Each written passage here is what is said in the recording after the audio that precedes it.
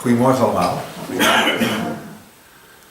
Onze broeder zei net dat God vanmorgen die woorden zou geven die ik deze week overdacht heb. En ik ben erg aan het twijfelen geweest wat ik vanmorgen met jullie moest delen. Zo is het, zo is het.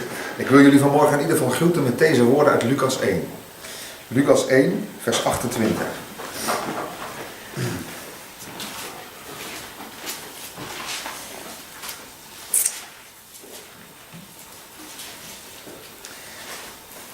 Lucas 1, vers 28. Zo'n bekend vers. Dat heeft me voor deze week bijzonder aangesproken. Daar komt de engel bij Maria binnen. Totaal onverwachts. Misschien ook wel best ongelegen. Vlak voor de bruiloft. En toen de engel bij haar binnengekomen was, zei hij: wees gegroet, begenadigde. De Heere is met u. U bent gezegend onder de vrouwen. Vooral dat eerste, hè? Wat een groet is dat, hè? Wees gegroet. Anderen zeggen, wees verheugd.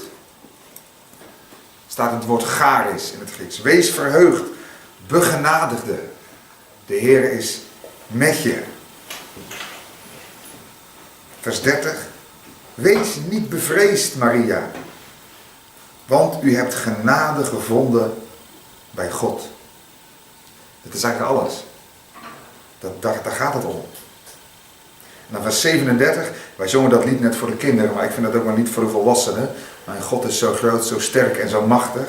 Hier zegt de engel tegen Maria: want geen ding zal bij God onmogelijk zijn. Ik weet niet in welke situatie jij precies verkeert.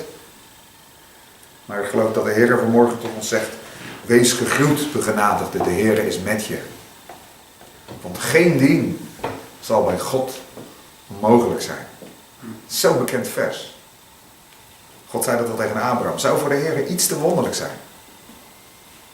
En Sarah lachte. Maar hij zei: ik kom over een jaar terug. En je zult een zoon gebaard hebben. Hier zegt hij tegen Maria: het is onmogelijk een kind te ontvangen zonder tussenkomst van een man. Hij zegt: pas op. Geen ding zal bij God onmogelijk zijn. Rekenen wij, broeders en zusters, rekenen wij met de mogelijkheden van God. Of met de mogelijkheden van onszelf. Dat is denk ik zo'n belangrijke vraag. Om onszelf af te vragen. Hoe zijn we afgestemd? Kijken we door onze bril? Of roep je soms nog in verwondering uit: mijn God is zo groot, zo sterk en zo machtig. Er is niets wat hij niet kan doen. Geen ding zal bij God onmogelijk zijn. Hiermee wil ik jullie vanmorgen groeten. Nu gaan we naar het andere gedeelte. Hebreeën 2. Hebreeën 2 vanaf vers 5.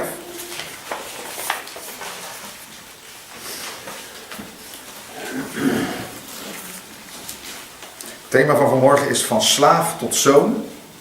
Van slaaf tot zoon. En ik wil vanmorgen vooral spreken over Hebreeën 2. Vers 14, 15 en 16. Vers 14, 15 en 16. Ik begin bij vers 5. Want hij, dat is de Vader, heeft de komende wereld, waarover wij spreken, niet onderworpen aan de engelen. Dat is uitgebreid in hoofdstuk 1 aan de orde geweest, dat de engelen minder zijn dan de Heer Jezus. Maar iemand heeft ergens getuigd: wat is de mens dat u aan hem denkt, of de mensenzoon dat u naar hem omziet? U hebt hem voor korte tijd minder gemaakt dan de engelen. Met heerlijkheid en eer hebt u hem, de mens, gekroond. U hebt hem, de mens, gesteld over de werken van uw handen. Alle dingen hebt u onder zijn voeten onderworpen. Want bij het onderwerpen van alle dingen aan hem, heeft hij niets uitgezonderd dat hem niet onderworpen is. Nu zien wij echter nog niet dat hem alle dingen onderworpen zijn. Maar wij zien Jezus met heerlijkheid en eer gekroond, die voor korte tijd minder dan de engelen geworden was, vanwege het lijden van de dood, opdat hij door de genade van God voor allen de dood zou proeven. Want het paste hem, om wie alle dingen zijn en door wie alle dingen zijn, dat hij, om veel kinderen tot heerlijkheid te brengen, de leidsman van hun zaligheid door lijden zou heiligen. Immers, zowel hij die heiligt, als zij die geheiligd worden, zijn allen uit één. Daarom schaamt hij zich er niet voor hen broeders te noemen. Want hij zegt, ik zal uw naam aan mijn broeders verkondigen, te midden van de gemeente zal ik uw lof zingen. En verder, ik zal mijn vertrouwen op hem stellen. En vervolgens, zie, ik en de kinderen die God mij gegeven heeft. Omdat nu die kinderen van vlees en bloed zijn, heeft hij, Jezus, eveneens daaraan deel gehad. Om door de dood, hem die de macht over de dood had, dat is de duivel, teniet te doen. En allen te verlossen, die door angst voor de dood, gedurende heel hun leven aan de slavernij onderworpen waren. Want werkelijk, hij neemt de engelen niet aan, maar hij neemt het nageslacht van Abraham aan. Daarom moest hij in alles aan zijn broeders gelijk worden, opdat hij een barmhartig en een getrouw hoge priester zou zijn in de dingen die God betreffen, om de zonden van het volk te verzoenen. Want waarin hij zelf geleden heeft toen hij verzocht werd, kan hij hen die verzocht worden te hulp komen.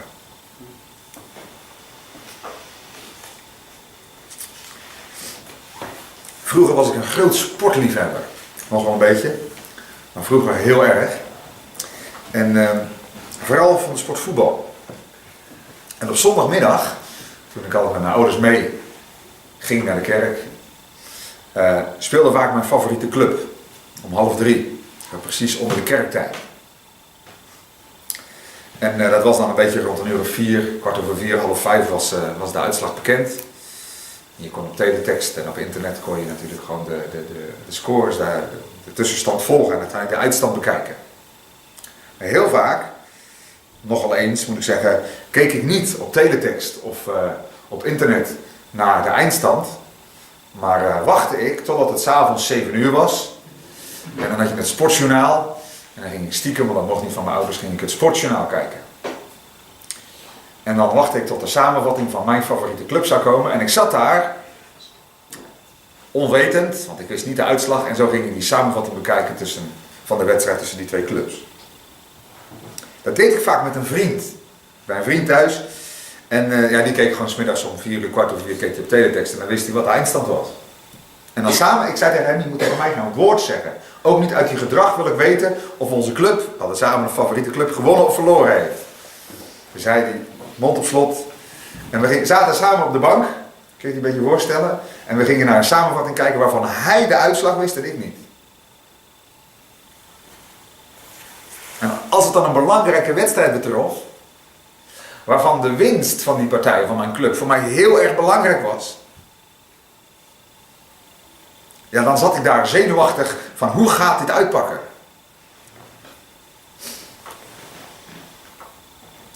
Maar wat mij opviel, sommige keren was, dat stemde mij dan toch hoopvol, is dat die vriend van mij totaal ontspannen daar zat. Toen dacht ik, waarom ben je zo ontspannen? Zou het dan misschien zo zijn? Maar dat wilde ik niet weten. Hij keek naar de replay van een overwinning die voor hem al vaststond. Ik wachtte nog op de uitslag. Wij gaan vanmorgen ook naar de replay kijken van een gevecht waarvan de overwinning vaststaat. Dus de houding waarmee je luistert bepaalt of dat je gelooft in deze overwinning. Overwinning van Jezus op Satan, die voor ons grote gevolgen heeft. De Hebreeënschrijver in dit gedeelte, ik ga het niet zozeer vanuit de context benadrukken, ik ga er een paar versen uithalen, ik zei net al, 14 tot en met 16. Legt uit waarom Jezus mens moest worden. Dus eigenlijk geven we vanmorgen antwoord op de vraag, waarom werd Jezus mens? En ik heb daar in deze tekst 4 redenen voor gevonden. Die ga ik eerst noemen. En die wil ik eigenlijk langslopen vanmorgen. 4 redenen van Jezus' menswording. En het thema is dus van slaaf tot zoon. Nou, de eerste is, Jezus werd mens. 1, voor degenen die meeschrijven, om zelf te kunnen sterven. Om te kunnen sterven moet je mens zijn. Moet je in ieder geval vlees en bloed hebben. 2, Jezus werd mens om de duivel teniet te doen. Dat vind je allebei in vers 14. Staat, Jezus heeft deel aan vlees en bloed gehad. Dus dat was de eerste, om zelf te kunnen sterven. De tweede, om de duivel teniet te doen. Er staat letterlijk, om door de dood, hem die de macht over de dood had, dat is de duivel teniet te doen. 3, Jezus werd mens om ons te verlossen uit de slavernij van de angst voor de dood. Vers 15. Om ons te verlossen van de levenslange slavernij die bestaat uit angst voor de dood. En de 4e reden, dus de 3e, om ons te verlossen van de angst. En de 4e, om ons als zonen en dochters, vers 16, tot heerlijkheid te leiden. En dat vind je in vers 10. Om ons als kinderen, staat in vers 10. Staat letterlijk zonen tot heerlijkheid te leiden.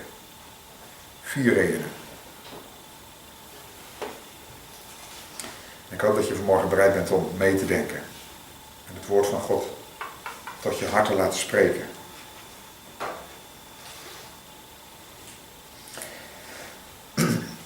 We verplaatsen ons even naar Genesis 3. Toen bleek dat Adam en Eva door ongehoorzaamheid aan God de sleutel van hun leven aan Satan hadden gegeven, stond God, menselijkerwijs gesproken, voor een dilemma. Hoe zou God het scheppingsdoel wat hij met mensen, met jou en mij had, ooit weer kunnen realiseren, nu wij onszelf verkocht hebben aan de boze? Staat God voor de onmogelijkheid? Is dat zo?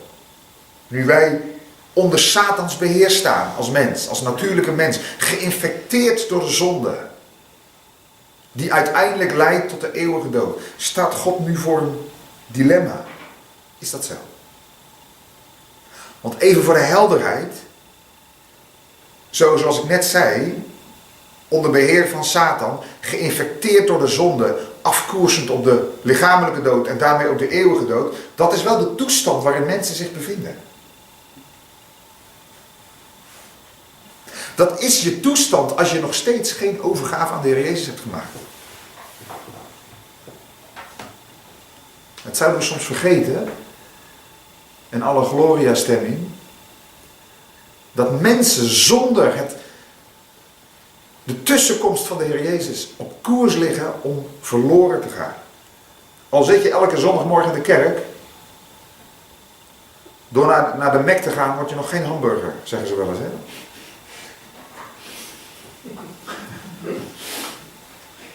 Is natuurlijk wel zo. Het komt er echt op aan in dit leven. Dat zijn werkelijkheden, dat je verlost wordt van de tragedie van Genesis 3. En ook die mensen in uw omgeving. Door eerlijk je toestand onder ogen te zien, je zonde te erkennen en de Heer Jezus toe te laten als redder van je leven. Terug naar die vraag, stond God nu voor een onmogelijkheid toen wij onszelf in die situatie brachten? Kijk, je kunt antwoorden door te zeggen, nee, want hij is God. En zo is het. Gelukkig wel. En wij zeggen dan vaak gemakkelijk, nee, want hij bedacht een plan. En zond zijn zoon Jezus, die werd mens en stierf voor ons. Maar dat gaat veel te snel. Dat gaat veel te snel. Dat is veel te oppervlakkig. Wij mensen vinden zonde meestal vervelend, ons zondebegrip en ons zondebesef, we vinden het meestal vervelend vanwege de gevolgen van de zonde. Want van overspel word je uiteindelijk een ongelukkig mens. dan krijg je uiteindelijk een ruzie. En van diefstal, uiteindelijk maakt dat je ongelukkig. En ruzie maken met je man of met je vrouw, of je kinderen onheus bejegenen, uiteindelijk geeft dat verstoorde relaties en die vinden we vervelend.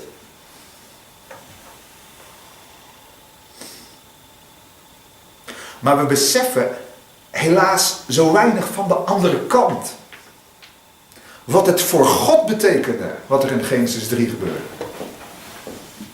Wij hebben een verlies geleden, maar ik zeg nu menselijkerwijs gesproken, God ook.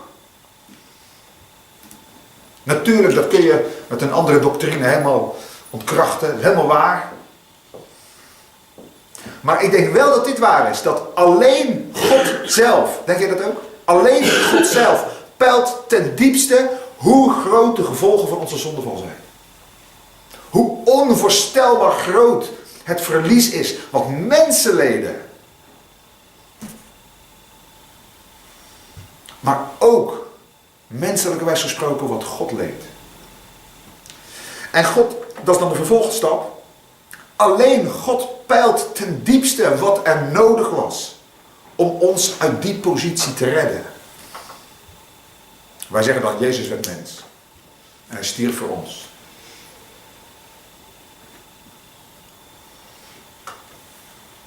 Maar wat zou dat voor God betekend hebben?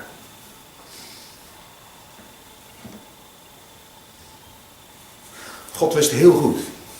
Dat blijkt al in Genesis 3 als je het hoofdstuk leest. De overwinning over het verlies. Wat toen geleden werd bij die ongehoorzaamheid van Adam en Eva. Die overwinning moet behaald worden op dezelfde plaats als waar de overtreding begaan is. Daar onder de mensen op de aarde. Wie zijn daarvoor de gegadigden? Wie zijn daarvoor de gegadigden om die mensen weer te verlossen? Nou, in ieder geval, dat kan iedereen volgen. Iemand die God, de beledigde partij, de gedupeerde partij en de mens, de schuldige partij, kan vertegenwoordigen. Dat moet noodzakelijkerwijs een zondeloos mens zijn. Ofwel een godmens. Want zonderloosheid is een eigenschap van God. Daarom val ik af als kandidaat. En jij ook. Wij zijn geen gegadigden om te verlossen. Wij moeten verlost worden. Dus moet het. Voel je dat aan vanmorgen? Het is bekend, hè? Maar ik hoop dat je daarin meedoet. Het moet van Gods kant komen. Henk Binnendijk gebruikt vaak dat voorbeeld van die mijnwerkers. Hè? Ik ga dat niet helemaal herhalen. Maar ik denk dat die mannen die daar onder in die grot gezeten hebben, die hebben beseft met elkaar. Na 1, 2, 3, 4, 5, 6, 7 dagen daar zitten. Hoezeer ze afhankelijk waren van de hulp van boven.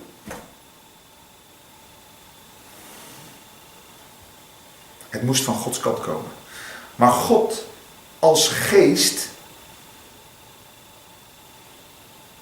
kon niet op aarde onder de mensen, in de hoedanigheid van de mensen, de prijs betalen. Daarvoor was nodig dat God mens werd. Dus werd de onsterfelijke sterfelijk. De eeuwige God, die geen begin en geen einde kent, sloot zichzelf op in een mensenlichaam.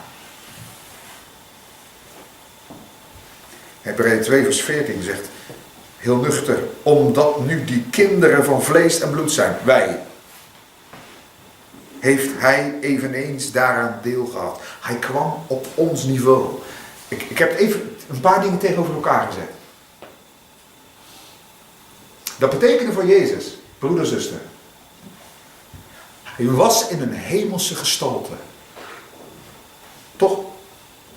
En hij kwam hier in een aards lichaam. Aan tijd en plaats gebonden. Hij was in het vaderhuis, in de schoot van de Vader. En kwam hier op aarde, in Bethlehem. En later zegt hij tegen zijn leerlingen, ik heb geen plaats waar ik mijn hoofd kan neerleggen. Hij was het centrum van de aanbidding van de engelen. En hier als baby opgejaagd door Herodes en later bespot door de mensen. Hij was de koning van het universum. Hij had de wereld gemaakt. En hij werd een Joodse baby.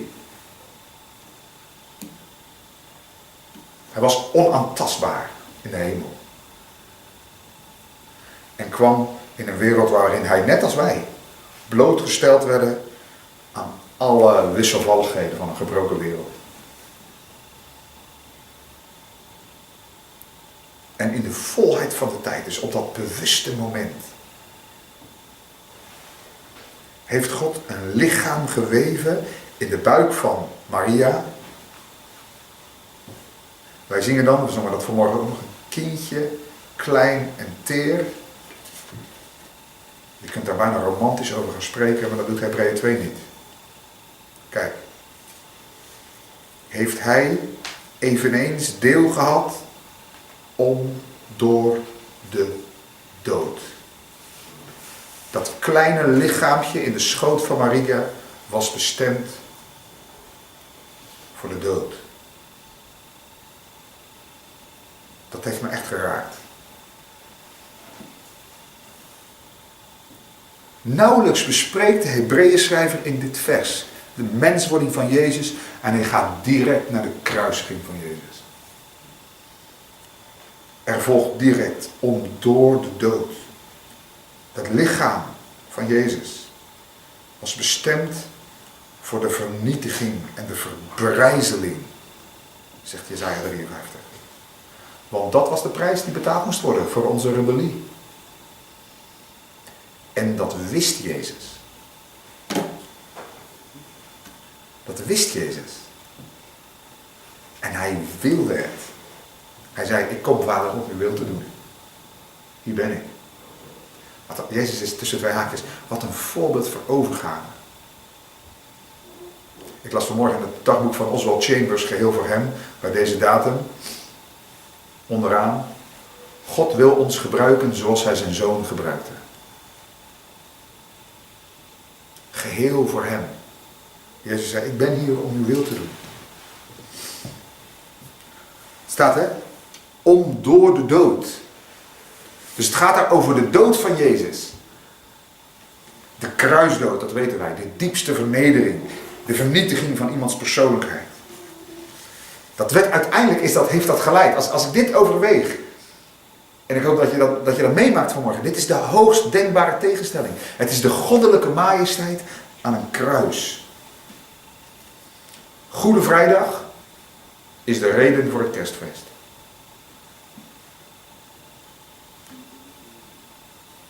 John Piper zegt ergens, Jesus was born to die. En daar is natuurlijk meer over te zeggen. Maar hij kwam om allereerst te sterven. Dat is de eerste. Jezus werd mens om te kunnen sterven. De tweede, Jezus werd mens om de duivel teniet te doen. Dat staat er, om door de dood, hem die de macht over de dood had, dat is de duivel, teniet te doen. Hebreeën 2, vers 14. De duivel teniet te doen. Hier staat de diabolos, de verdachtmaker, teniet te doen. Die over ons kon beschikken. Want wij hadden in Genesis 3 Adam voor ons en wij met hem. Zo blijkt uit onze levens, uit onze natuurlijke levens, hadden hem de sleutel gegeven van ons leven. En daarom is de dood is de troef van Satan. Dat gaan we zo nog zien. Hij komt altijd met de dood, spiegelt mensen de dood voor ogen. En dat doet hij met recht. Want hij weet dat een mens zonder God, zonder de verzoening met de Heer Jezus, afstevend op de dood. Maar hier zegt Jezus, Satan heeft teniet gedaan. Moet je even goed nadenken. Dat betekent niet dat Jezus op het kruis, bij zijn kruisdood, Satan al definitief van het toneel heeft doen verdwijnen. Als dat zo was, zag ons leven er vandaag anders uit. Dan waren wij niet meer onder de geestelijke strijd waarvan Satan altijd de initiator is. Letterlijk staat hier, en ik hoop dat je dat aanvoelt, anders kun je in verwarring komen. Er staat hier, hij heeft Satan van zijn macht beroofd. Heeft Satan onschadelijk gemaakt. De definitieve verdwijning van Satan vinden we in Openbaring 20. Dat is nog toekomstmuziek. Hij is er nog, maar hij is ontroond. Nou, misschien zeg je, en dit is best even denken, wat betekent dat Jezus Satan onschadelijk heeft gemaakt? Vanmorgen kunnen we dat met dankbaarheid en met vreugde in ons hart zeggen. Nou, hoe is Satan schadelijk in deze wereld? Hoe is die schadelijk? Op welke manier? Nou, ik zei net al, hij is de aanklager. Wat doet Satan? Hij wijst mensen, zoals het hem uitkomt, op de schuld die ze hebben en de gevolgen daarvan. Zijn wapen is onze zonde. En hij wappert als het ware met de aanklacht, met het procesverbaal. En houdt je dat voor ogen. En op het moment dat jou dat ernst wordt en dat je denkt, ik moet er van af, dan zal hij het bagatelliseren. Het niet zo ernstig voorstellen. Maar op het moment dat je daar bezorgd over bent, of dat je je leventje leeft, zal Satan dan laten zien van, nou, hier staat het. Jouw zonde. Hoe heeft Jezus hem dan onschadelijk gemaakt? Door zijn dood, de dood van Jezus, heeft hij onze zonde betaald en de aanklacht of de veroordeling op zichzelf genomen. Dus is de rekening waarmee Satan wappert en die ons voor ogen stelt, die is betaald. En heeft Jezus hem, die troef die hij in handen had, Satan, om ons mee op te jagen en ons mee te beangstigen, die heeft Jezus hem uit handen genomen en die aan het kruis gehecht, zegt Kolossenzen 2, en die betaald. Daarmee is voor God, maar ook voor Satan, de bewijslast verdwenen dat wij schuldig zijn. God, maar ook Satan, kan niet meer bewijzen, als je je vertrouwen op Jezus gesteld hebt, dat je een schuldige bent. Want God, en dat is een rechtmatige zaak, want God heeft het offer van Jezus aanvaard. Wij zijn, zegt Paulus in Romeinen 5, gerechtvaardigd door zijn bloed. En dat bloed van die mens, dat heeft gevloeid. Dus als Satan jou manipuleert, broeder of zuster, ik wil dichterbij komen. Als Satan jou manipuleert en komt toch weer met die aanklacht van de zonde. Ja, maar dan komt hij, gebaseerd op dit gedeelte en op andere schriftplaatsen, met feitelijk onjuiste informatie. Hij komt, je zou kunnen zeggen, hij komt met achterhaalde informatie. Want hij staat met lege handen. Dat wat hij denkt aan te dragen, dat is niet langer juist vanwege de dood van de Godmens Jezus. Hij heeft dus, ik hoop zo dat je dat aanvoelt vanmorgen, geen enkele geldige reden meer om jou en mij aan te klagen. Wat een geweldige waarheid voor alle kinderen van God. Wereldwijd verspreid, over heel de tijd verspreid. Alle demonen, reken maar dat Satan daar druk mee is, ook vanmorgen, ook vandaag. Hij gaat rond als een brullende leeuw. Alle demonen richten als het ware hun wapens op ons en komen met die aanklachten, met die manipulatie. Maar Jezus heeft ze op het kruis verslagen en het is omgedraaid. Hij zegt, ik geef jullie de wapens in handen, Efeze 6. De wapenrusting.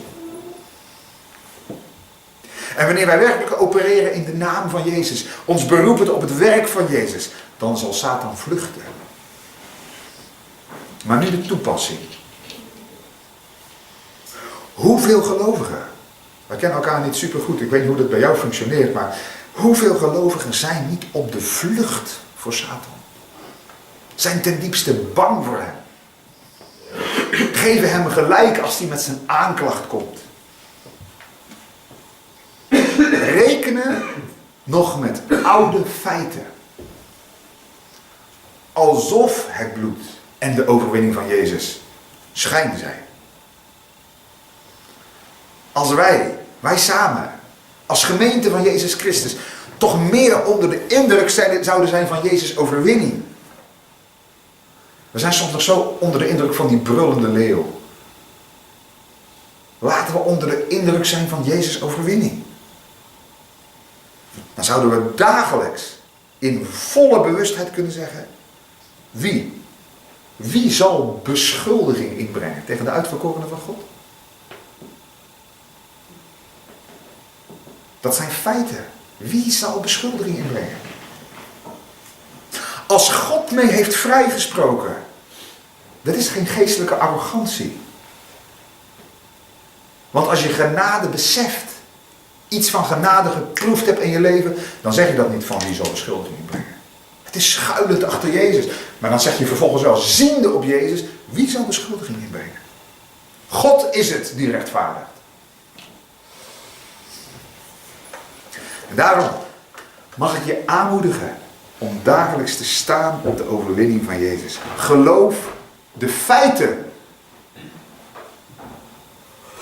Niet een soort sprookje of iets wat wij elkaar op zondagmorgen vertellen, maar geloof de feiten van Jezus' overwinning.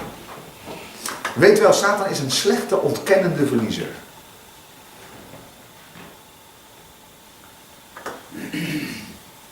Zack Poenen schrijft in een van zijn boekjes een prachtige uitspraak. Hij zegt: als Satan jou aan je verleden herinnert, herinner hem aan zijn toekomst. Vertel hem wat hem te wachten staat. Ik weet niet hoe dat bij jou, maar ik vind het zo'n geweldige waarheid. Het feit van Jezus teniet doen van Satan. Wij hebben last van Satan. Hij stoot. Hij brengt onrust. Maar heb altijd goed voor ogen. Het offer van Jezus heeft hem uiteindelijk onschadelijk gemaakt. Voor de gelovigen. Hij kan jou niet meer beschuldigen. Daarom is het wel goed om na te gaan. Dat wil ik vanmorgen wel eerlijk tegen je zeggen. In hoeverre je soms nog in zijn leugens gelooft. Die hem toch nog een bepaalde ruimte geeft. Om te stelen. Je vrede te stelen. Als hij je niet meer kan beschuldigen van zonde, dan zal hij je willen aanzetten tot zonde. Je vrede te stelen. Je hebt een goede samenkomst, een goede bijbelstudie gehad, een goede stille tijd gehad. Er kan zomaar iets gebeuren, waardoor in je gezin of op je werk zo'n voetangel van Satan, hè? Dat we met hem in gesprek gaan, met hem gaan discussiëren, onze gedachten laten gaan. En we eigenlijk het fundament van de overwinning van Jezus verlaten. Wees je daar bewust van. In het dagelijks leven, heel concreet.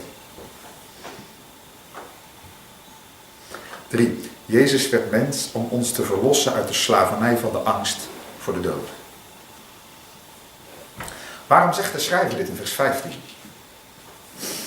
Om ons te verlossen van de slavernij van de dood. Die staat hier een levenslange slavernij waaronder wij onderworpen waren. Waarom zeg je dit, Hebreeën schrijver? Nou, je moet bedenken, de dood was toen een grote realiteit. Met epidemieën, hele grote kindersterfte. Eerste eeuw na Christus. Maar niet alleen toen. Ik heb me na deze week weer een beetje zitten verdiepen. Ook nu, in een heel modern jasje. De dood. Waar Satan, die schildert hij voor ogen. Want ook nu de ontwikkelde mens, zeg maar wij, de moderne mens, met alle mogelijkheden, beeft ten diepste onder de eindigheid van ons leven.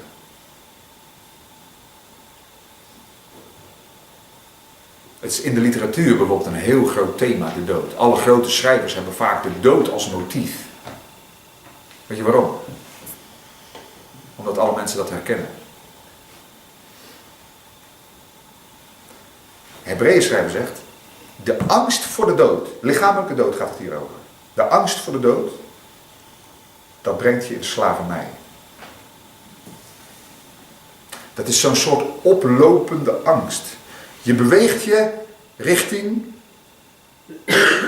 en bepaalde uitspraken ook in de kerk kunnen dat versterken. Je beweegt je richting, ja, wat ze in Amerika noemen, die death penalty.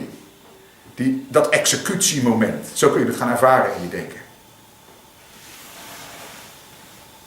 En enerzijds is dat natuurlijk bijbels, want de Bijbel zegt heel eerlijk, het is de mens gezet eenmaal te sterven. Maar die angst kan je gaan verlammen. Ik herken dat van vroeger als kind. En daar ben ik niet de enige van. Dat je soms, nou de kinderen kunnen dat heel sterk hebben, dat je soms in je bed ligt en dat je ligt te rillen van, zou ik niet ziek zijn? Of zou er niet dit gebeuren? Zou er niet dat gebeuren? Als je angst voor de dood op Google intoetst, daar gaat het hier in vers 15 over. Dan kun je allerlei adviezen en tips vinden om daarvan af te komen, wist je dat?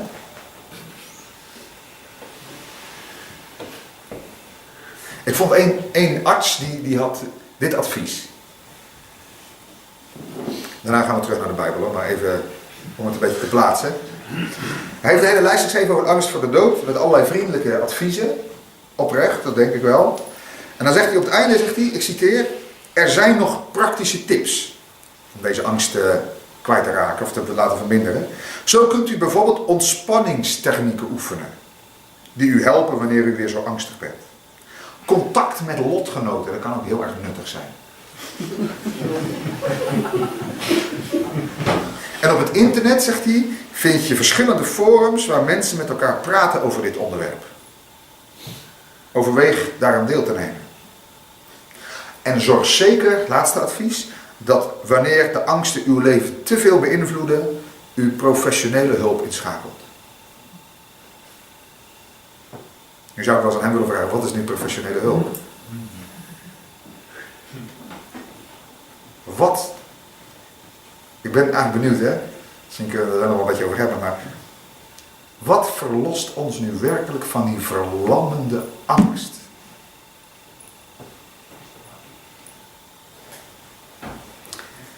Wat heeft Jezus, de Godmens, gedaan? Kijk in je Bijbeltje. Vers 15. Allen te verlossen die door angst voor de dood gedurende heel hun leven aan slavernij onderworpen waren. Door zijn dood als mens heeft hij de sleutel van jouw dodencel gegrepen en je vrijgelaten. Je zat daar terecht, maar hij betaalde in jouw plaats de rekening. En Satan staat erbij en hij kijkt ernaar. En dat maakt dat als hij jouw angst inboezemt, dat het onterecht is. Want de lichamelijke dood, denk mee, is nu, nadat je de Heer Jezus hebt leren kennen, in feite slechts de scheiding van je ziel en lichaam. Maar wij houden niet op te bestaan. Sterker nog, niets, zegt Paulus, kan ons scheiden van de liefde van God. En dan zegt in Romeinen 8, niet het leven kan ons scheiden van de liefde van God, maar ook niet de dood. Je bent bevrijd uit die tirannie van de angst voor de dood en het oordeel. Daarom zingen wij dat lied met Pasen, maar dat kunnen we met Kerst ook zingen. Nu jaagt de dood geen angst meer aan. De lichamelijke dood. Veel christenen sterven nog een lichamelijke dood. Uiteindelijk zullen er overblijven als de Heer Jezus komt. Maar de meeste christenen sterven een lichamelijke dood. Alle apostelen. Maar hij hoeft geen angst meer aan te jagen. De prikkel is eruit. Want de zonden zijn verzoend. Dat is de issue. Hoe ga je die lichamelijke dood in. Dat maakt het verschil. Daarom zegt Paulus, wij hebben geen geest van angst. Geen geest van angst. Maar van aanneming tot kinderen. Wij zijn voor eeuwig zijn eigendom. Paulus zegt in dat ene lied, hè, ik vind dat, het is toch een van de bekendste gedeelten van Paulus. Ik vraag me af hoeveel christenen daadwerkelijk doorgronden wat er staat. Maar hij zegt enerzijds, wie zal ons beschuldigen? Nou, daar hadden we het net over, hè. Wie zal ons beschuldigen? Maar vervolgens zegt hij een paar versen verder, wat zal ons scheiden van de liefde van Christus? Dus ik ben niet meer aan te klagen en ik ben ook niet meer te scheiden van Jezus Christus. Ook niet door de dood.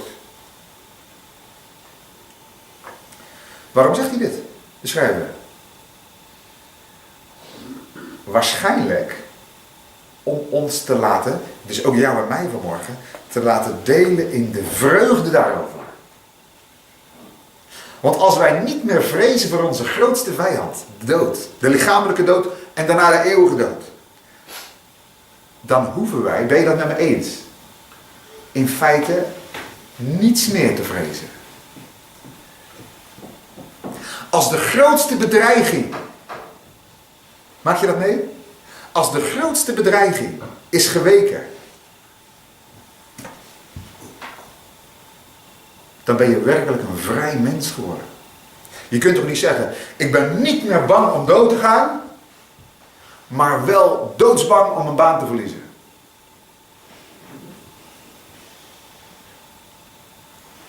Natuurlijk kun je zorg hebben over het verliezen van je baan. En het is dan goed om dat eerlijk onder ogen te zien. Maar de wortel van angst is teniet gedaan. Als je de dood niet meer vreest, daar ben ik diep van overtuigd. De vraag is, hoe ver leven wij daaruit? Hoef je niets meer te vrezen. Jezus heeft gezegd, als de Zoon je heeft vrijgemaakt, zul je werkelijk vrij zijn. Werkelijk vrij. Om anderen te dienen, om God te dienen. Mooi voorbeeld daarvan vind ik James Fraser, de zendeling in China, een Engelsman.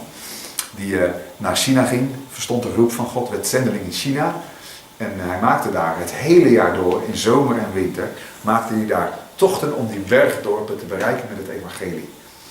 Hoge bergen, soms was hij op 3000 meter hoogte. Maar ging hij dus ook in de winter, als er een dik pak sneeuw lag, liep hij met zijn ezel, met zijn paard, ging hij naar boven toe. En die lokale mensen, dus de Chinezen, vroegen hem, waarom neem je als westerling, als blanke, zulke risico's? Dat doen wij nog niet eens in de winter.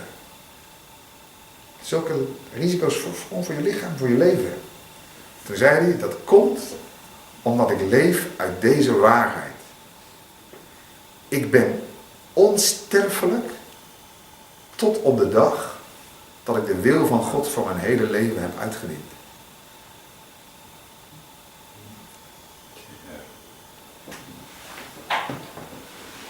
De meest veilige plaats op aarde, zei hij, is niet onder aan de bergen, maar is zijn in de wil van God. En hij zei, als de dag, wat een getuigenis, als de dag is aangebroken, dat ik de wil van God voor mijn leven heb uitgevoerd, dan kan ik ook maar beter hier niet meer zijn. Dan zegt hij, verlang ik net met Paulus, het beste is om bij Christus te zijn. Voel je aan. Kijk, dit is geen hoofdwaarheid. Dit is een levenswaarheid. Als je dat beseft, ik ben werkelijk vrij in de dagen die God mij geeft hier op aarde om de wil van God te doen, dan word je vrij van angst. Want je staat op het fundament. Ik wil je vanmorgen eerlijk vragen, bij dit derde punt. Leef jij, moet je niet te snel ja zeggen, maar leef jij vanuit die zekerheid. Dat niets jou zal kunnen scheiden van God, van de Heer Jezus. Niets. Is dat het fundament waarop je je leven leidt? Dan ben je werkelijk vrij. Vrij om hier op aarde de wil van God uit te voeren. Niet meer gebonden aan Hoewel je midden in het leven staat. Niet meer gebonden aan het leven. Ook niet meer krampachtig je leven willen vasthouden. Maar ik ben bereid om te gaan wanneer het tijd is. En zolang u mij hier de tijd geeft. Ja, wat ze vroeger wel zeiden. Om mezelf op te laten branden in de dienst van God. Laatste punt.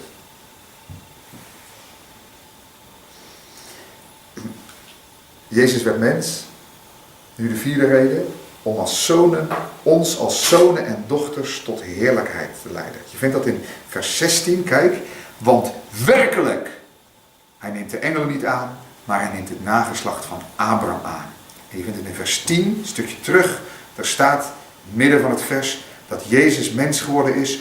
Om veel kinderen tot heerlijkheid te brengen. Tot heerlijkheid te leiden. Misschien dat je zegt. Ik kan me voorstellen als je goed hebt meegeluisterd en deze tekst gevolgd hebt. Zeg je, wat is nu het uiteindelijke doel van Jezus menswording? Wat was het ultieme doel van Jezus lijden en dood? Is dat alleen om ons te redden uit die benarde positie? En ons de zonde te vergeven? Is dat het doel? Of heeft God uiteindelijk een groter plan? Als je nou terugdenkt aan Genesis 1 en 2. God wilde zonen en dochters scheppen in wie hij iets van zichzelf zou zien. Hij wilde, zo zegt Psalm 8, dat wordt hier geciteerd, dat de mens zou heersen over de schepping. En over de werken van Gods handen. Denk je dat God dat doel laat varen? Nee. Daarom is het finale doel, zeg maar het ultieme doel, is niet alleen onze zonde te vergeven.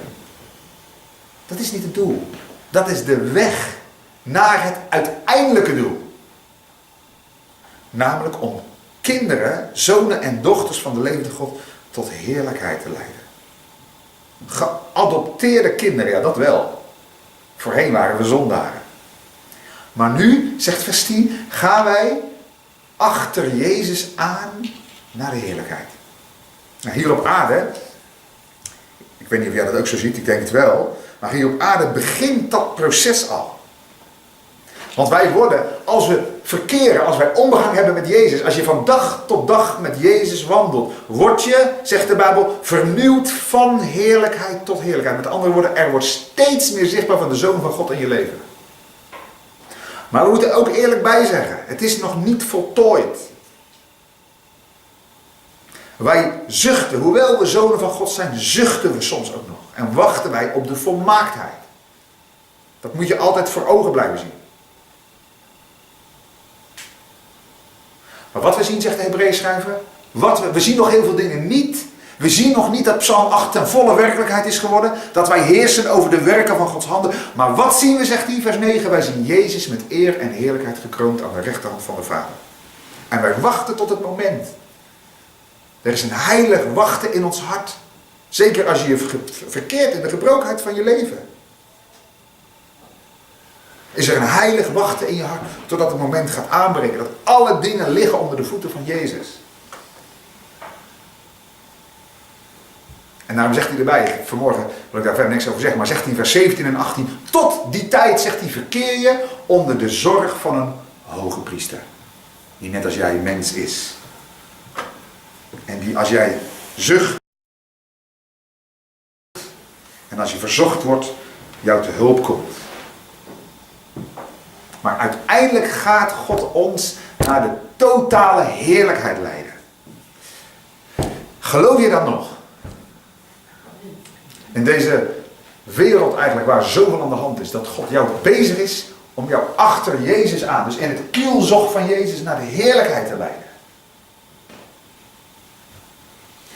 Heb jij die verwachting in je hart? Leef jij als zoon en dochter van God vanuit die zekere toekomst? Paulus zegt, ook in Romeinen 8, dat de schepping daar reikhalzend naar uitziet. Dat de zonen van God en de dochters van God openbaar worden. Zien wij er naar uit?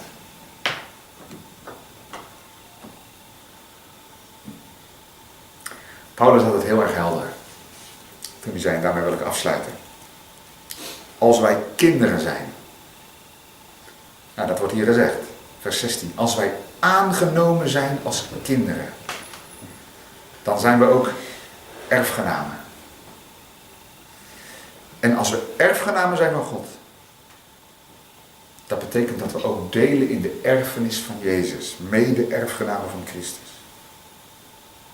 Wanneer wij hier op aarde, althans met hem lijden, hem volgen. Zodat wij ook met hem, met Jezus, verheerlijkt gaan worden. Ik wilde je vanmorgen op basis van het woord van God bemoedigen. Dat Jezus mens werd om voor ons te kunnen sterven. Dat hij mens werd om de duivel teniet te doen. De duivel voor jou en voor mij onschadelijk te maken. Om ons te verlossen uit die verlammende angst voor de dood. En uiteindelijk om jou en mij tot zijn heerlijkheid te leiden. Volgens mij, als je dat overweegt, kom je alleen maar tot de conclusie dat een christen een gezegend mens is. En ik hoop ook dat je vanuit die waarheid tot een rijke zegen zal zijn voor de mensen om je heen. Levend vanuit deze waarheid die een ander heeft verdiend. Een ander heeft hem waargemaakt, Jezus. Maar het is het fundament van ons leven. Laten we ons dagelijks in God verheugen. Ook in deze dagen voor kerst. Bedenken wat God gedaan heeft. En wat God nog gaat doen. Als hij al zijn beloften vervuld heeft tot nu toe. Dan zal hij ook de nog openstaande beloften zeker gaan volvoeren. Want de beloften van God zijn in Christus. Ja en amen. Ik wil kort met jullie danken en bidden. Vader, we zeggen nu vanmorgen dank voor het werk van de Heer Jezus Christus. We zeggen eerlijk, het is voor ons nauwelijks te bevatten. Wat hij voor ons gedaan heeft. En wat hij nog voor ons doet als de trouwe hoogpriester. Nou, we willen het ook niet tot in detail begrijpen. Al doen we ons best om uw woord te onderzoeken. Maar we willen u vooral aanbidden. En u prijzen. O God, dat u zonder ons, maar voor ons, de weg naar de vrijheid hebt verdiend. Met zekerheid kunnen we zeggen dat we geborgen in uw liefde zijn. Daarom prijzen we u. Glorie aan God. Heer Jezus, u hebt de Satan overwonnen. En we zien uit naar die voltooiing van uw werk. We zien uit naar dat moment dat Satan definitief van het toneel verdwenen zal zijn. En wij u zullen kennen. Zoals we nu al gekend zijn. We prijzen u voor uw goedheid. In de naam van de Heer Jezus. Amen. Amen.